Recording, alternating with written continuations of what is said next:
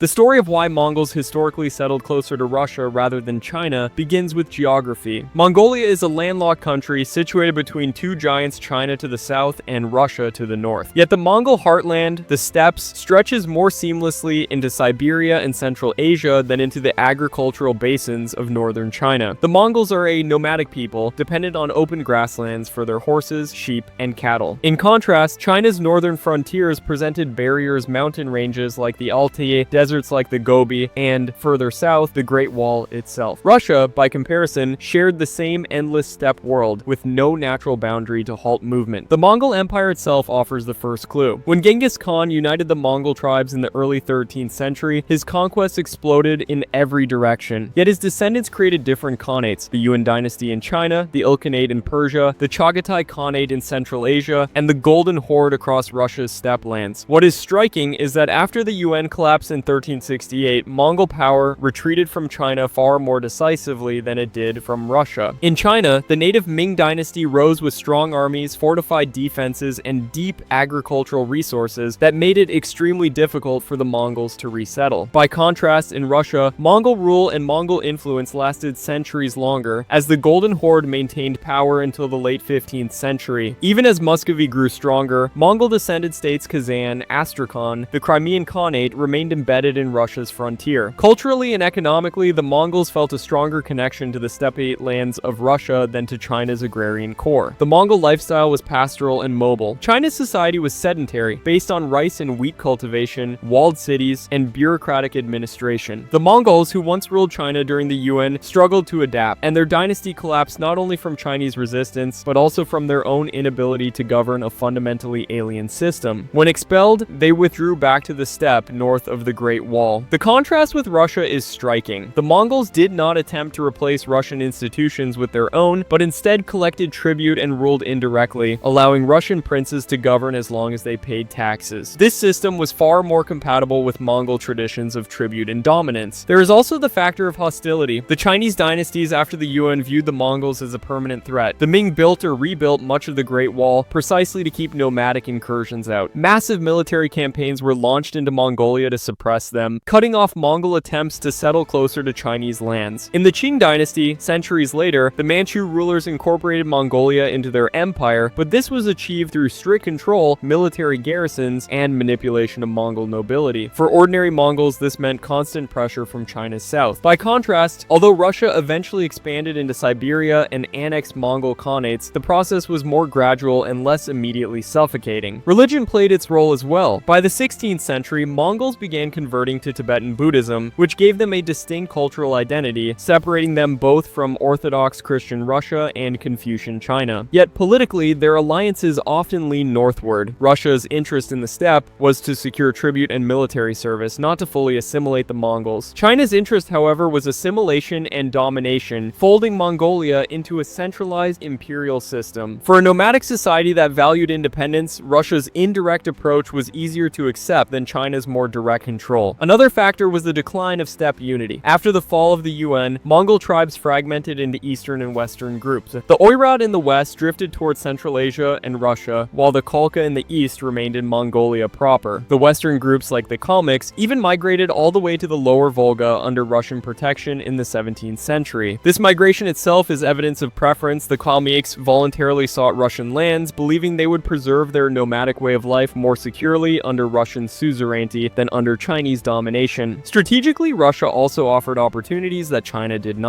The Russian steppe frontier was relatively underpopulated, leaving room for a Mongol settlement and autonomy. China, however, was heavily populated and agriculturally dense, leaving little room for nomadic autonomy. The pressure of Chinese farmers expanding northward was constant, and Mongols faced either assimilation or displacement. In Russia, Mongols could exist as khanates, semi-autonomous groups, or later, as subjects within the Russian Empire with certain privileges preserved. The Russian Empire's expansion also drew Mongols closer. By the 18th century, Catherine the Great and her successors encouraged Mongol nobles to pledge loyalty in exchange for titles, land, and military ranks. This created a pathway for integration without the erasure of Mongol identity. The Qing dynasty's rule over Inner and Outer Mongolia, by contrast, was more restrictive, aiming to prevent Mongol uprisings by limiting movement, intermarriage, and autonomy. Many Mongols resisted this southern pull and instead leaned toward Russia for security and relevance relative freedom. In the 20th century, this orientation was cemented. After the fall of the Qing dynasty in 1911, Outer Mongolia declared independence with support from Russia. The Soviet Union then became Mongolia's main protector and ally throughout the 20th century. Moscow provided economic aid, military protection, and ideological guidance, shaping modern Mongolia into the socialist state that lasted until 1990. China, on the other hand, continued to claim Mongolia as part of its territory well into the 20th century, creating hostility and mistrust. During the Chinese Civil War and later under Mao, Mongols saw Russia as a safer, more supportive partner than China, which sought to reincorporate them. Even today, the legacy remains visible. Mongolia shares far deeper political, economic, and cultural ties with Russia than with China, despite being geographically closer to Beijing. Russian language and culture have left a strong imprint, especially from the Soviet era, while relations with China remain cautious and pragmatic, often colored by centuries of mistrust. Thus, the answer lies in history's long arc. The Mongols settled closer to Russia because the steppe geography linked them more naturally to the north, because Chinese dynasties treated them as enemies to be subdued rather than allies, because Russian rule was indirect and compatible with nomadic life, and because political survival in modern times pushed Mongolia firmly into Russia's sphere. It was not simply a choice, but a centuries-long outcome of geography, warfare, empire,